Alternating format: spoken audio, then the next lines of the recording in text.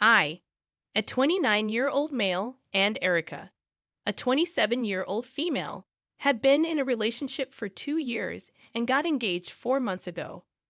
After our engagement, Erica moved into my house, and we split the expenses in a way that I covered the mortgage while she took care of utilities, groceries, and household items. We planned to add her to the house's ownership after our marriage to ensure she had equity in it. Erica's best friend, Leah, who is also 27, has been her friend since high school. I haven't particularly liked Leah, but I've always been polite because I know she'll be a part of our lives. However, my issue with Leah is that she often acts like my home is hers. For instance, she frequently brings her rather troublesome boyfriend over. Additionally, she tends to speak to me disrespectfully in my own house, as if she and Erika co-own it. One day, I discovered that some of my tools were missing from my garage, and upon checking my security camera, I found that Leah and her boyfriend had taken them when they were with Erica. When I asked Erica about it, she claimed they were just borrowing the tools and would return them. It took multiple reminders to finally get them back weeks later. I also have a valuable wine and liquor collection. One Friday evening when I was working late, I heard clinking bottles, and I found Leah behind my bar. She claimed Erica said it was okay to borrow a bottle for her party and that she pay for it. I told her it was not okay and asked her to leave. When I discussed this with Erica, she couldn't recall authorizing Leah to take a bottle. At this point, I expressed my discomfort with Leah being in my house. Erica understood, but she didn't take my concerns seriously. The last straw was when I couldn't find my golf clubs, which are a significant investment for me. I reviewed the security camera footage and discovered that Leah had used my garage code to take them. I lost my temper, called Erica, and insisted she get my clubs back immediately. Erica explained that Leah had asked for the garage code to retrieve some clothes from her closet, and Leah had taken my clubs along with her things. Leah claimed her boyfriend needed them for work. I eventually got my clubs back after almost 4 days, and they were dirty. I sat Erica down and told her that if I ever saw Leah in my house again, I'd call the police without discussion. Erica got upset, stating that Leah was her best friend, and it wasn't fair to ban her from our home. I pointed out that this was a recurring issue, and since Erica's possessions weren't affected, she didn't seem to care. I suggested Erica could visit Leah at her apartment, but she said she couldn't because Leah didn't like her apartment, and her boyfriend was always there, making Erica uncomfortable. Now I'm receiving the silent treatment and being called unreasonable, but I don't believe I'm in the wrong. Before diving into the update, I want to express gratitude for the insightful comments received earlier. Many of you advised against putting my fiancé on the deed to my home and even questioned the viability of our marriage. It became clear that the issue wasn't just about Leah. It was a deeper problem with my fiancée, Erica. I confronted Erica about the situation when I found Leah's car parked in our driveway. I insisted that Leah leave, and despite her protests, I made it clear that I would involve the police if necessary. Erica, in her attempt to defend Leah, couldn't sway my decision. I sat her down and showed her this post. After reading through the comments for 20 minutes, Erica's response indicated she didn't grasp the gravity of our situation. That was my breaking point. I asked Erica to hold out her hand, remove the engagement ring, and ended our relationship. She pleaded, apologizing and promising to sever ties with Leah, but I couldn't ignore the fundamental lack of trust I felt toward her. Erica retreated to our room while I began packing her belongings in the kitchen. I reached out to her parents, informing them of the situation. To my surprise, they shared that Leah had long been banned from their home since high school due to similar issues. They expressed their anger and disappointment and agreed to come this weekend to collect Erica and her belongings. The weight lifted off my shoulders is immense, and I can't help but feel a sense of relief and resolution. Realizing the depth of my situation became possible because of this post. I sincerely thank each and every one of you. With newfound freedom, I'm eager to indulge in my hobbies, like playing golf with my reclaimed clubs. The prospect of embracing single life is both exciting and liberating. Your support has meant the world to me, and I can't express my gratitude enough. As for my next story, I'm seeking your perspective on a situation with my girlfriend. Early in our relationship, she decided to test my consideration by canceling a date, one where we were planning to take our relationship to the next level. It was a significant drive for me, and she waited until I was halfway there before letting me know. Despite her claims of feeling unwell, her timing seemed to deliberate, testing my reaction. I'd offered my understanding and even suggested visiting her to help, but she declined. She later explained that this test was pivotal for our relationship, emphasizing my consideration. However, I can't shake my frustration. I feel she lacked consideration for my time and effort, seemingly inconveniencing me intentionally. When I confronted her about this, she half-heartedly apologized, downplayed the situation, and dismissed my feelings. We ended up arguing, leaving me feeling like an insensitive jerk for getting upset over what seems like a small issue. The fact that she lacks remorse and even makes me feel guilty for being rightfully upset is troubling. It feels like a manipulative and gaslighting tactic, raising several red flags about her behavior. Your insights are invaluable, and I'm struggling to navigate this situation. I've come to realize that you're absolutely right. I seem to be dating another version of my ex. It's disheartening when the person who should be administering the relationship test fails so miserably at it themselves.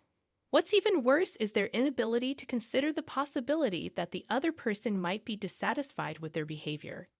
She should have kept her little test to herself. Your conduct on that day was appropriate and considerate. Kudos to you for handling it well. Now, moving forward, you might find yourself questioning every situation, wondering if it's a test. And frankly, it might be. It's crucial to have a discussion about this. It's not a minor issue to be upset about. Your concerns are valid, and addressing them is essential. As for the next story, titled, Am I the A-hole for buying a door for my son behind my husband's back? I must say your husband's behavior is incredibly controlling and frankly scary. It's deeply concerning that he believes your son shouldn't have a door to his room until he's 18, essentially denying him any privacy.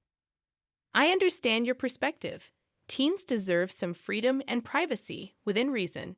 It's not just about personal space, it's also a matter of safety. Without a proper door, your son is at risk in case of emergencies like a fire. If a fire were to break out, he would have no barrier to prevent smoke and flames from entering his room, putting his safety in jeopardy. Your decision to provide him with a door is not only about granting him privacy, but also ensuring his safety. While your husband may see it as a challenge to his authority, your son's well-being should take precedence. It's unfortunate that your husband reacted this way, but your intentions were rooted in your son's safety and comfort. Navigating this situation may require a difficult conversation, but your concern for your son's safety and privacy is completely valid. Your husband's behavior is indeed troubling, and it puts both you and your son at risk. It's disheartening to see the kind of man he has turned out to be. I urge you to prioritize finding a safe and secure living arrangement for you and your son. I have genuine concerns that his mistreatment may escalate if you continue to stand up for your rights, especially with your recent act of giving your son a door. I genuinely worry that staying in a home with a potentially violent person is not a safe option. Nobody should have to endure such a situation. It's evident that your husband made the unilateral decision to deny your son a door without considering your input. By now, you've shown him what it feels like to have one, and he clearly dislikes it. The question I have is why you've stayed in this situation for so long, enduring a man who treats your son in this manner. The notion that a man automatically holds authority and dominion over his household as the ultimate ruler is unjust and outdated. While you're not the a-hole for getting your son a door, it's essential to recognize that this may be an ongoing battle throughout his teenage years. If the situation doesn't change, it's unlikely he'll return once he turns 18. There are larger issues at play here than just the door, and maltreatment of your son is a severe concern. It's clear that your husband's difficult upbringing doesn't excuse his mistreatment of your son. It's worth noting that you had your son when you were 21 and your husband was 32, making it all the more important to ensure a safe and supportive environment for your child's well-being. The age gap between you and your husband, combined with his consistent attempts to suppress your voice and punish both you and your son for questioning his authority, is deeply concerning. The fact that you feel compelled to resort to secretive actions to advocate for your child's well-being raises alarming red flags. I fear that your husband might harbor an unhealthy, authoritarian mindset about the role of the head of the household. Regardless of his upbringing or religious beliefs, there is no justification for his controlling behavior. It's crucial for you to consider whether the current status quo aligns with what you genuinely want for yourself and your child. Music. In the last story, the question arises: am I the a-hole for canceling a vacation with my fiancé and taking my daughter on a vacation instead? My daughter, Maya, who is 16, struggles with severe anxiety. Despite being in therapy and medication, there are certain areas, particularly school-related matters, where we need to tread lightly due to her condition. My policy has always been that as long as she tries her best and passes, I am content. My fiancé, however, has been pressuring Maya to work harder and achieve better grades, suggesting she aim for straight A's to get into a good college. I've consistently shut down these demands, stating that her current grades are suitable for her plans to attend community college and then transfer to a local state school. Here's the issue. My fiancé made a secret deal with Maya behind my back. He promised her a trip to Disneyland if she managed to achieve straight A's this semester, withholding it if she received a B. Maya, eager to experience Disneyland, kept this pact hidden from me. Over time, I noticed her growing stress, attributing it to the challenges of her junior year. However, last week, she finally broke down, revealing the deal she had made with my fiancé. I was furious upon learning this. Seeing the toll it had taken on her, I canceled the hotel reservation for the ski trip my fiancé, Maya, and I were planning. Instead, I booked a last-minute trip for Maya and me to Disneyland and Universal Studios this week. Maya has been in a fragile state, experiencing panic attacks and stress-induced sickness, so I prioritized her well-being over the initially planned vacation. Maya truly deserves this trip after all her hard work this year. However, my fiancé is expecting me to cover half of the cancellation fees and activities that can be refunded. We got into a heated argument, and we're currently not speaking. Deep down, I know this relationship is over, but I wanted to confirm if I was in the wrong here. I understand what he might have intended to do, but this was clearly not the way. He undid all the progress Maya achieved through therapy and ended up hurting her more than helping her. Besides, what does he expect her to do if she gets into a good school? Stress her even more with a demanding university environment? It's all messed up. I appreciate your support for my decision to stand up for my daughter. I'm looking forward to enjoying this trip with her and having a wonderful mother-daughter experience. Regarding her education, I agree that starting at a community college for 2 years is a smart and more supportive approach, especially considering her struggles with anxiety, which she is still working to control. Your point about my fiancé manipulating my daughter and convincing her to keep secrets from me is alarming.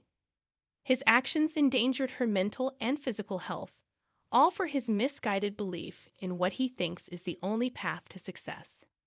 His manipulation could have had dangerous consequences, and I now see it as a pattern in his relationship with her, establishing that it's acceptable to do things behind my back if it benefits him.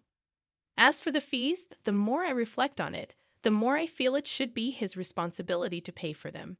He manipulated everyone involved, including me, and I shouldn't be responsible for the financial repercussions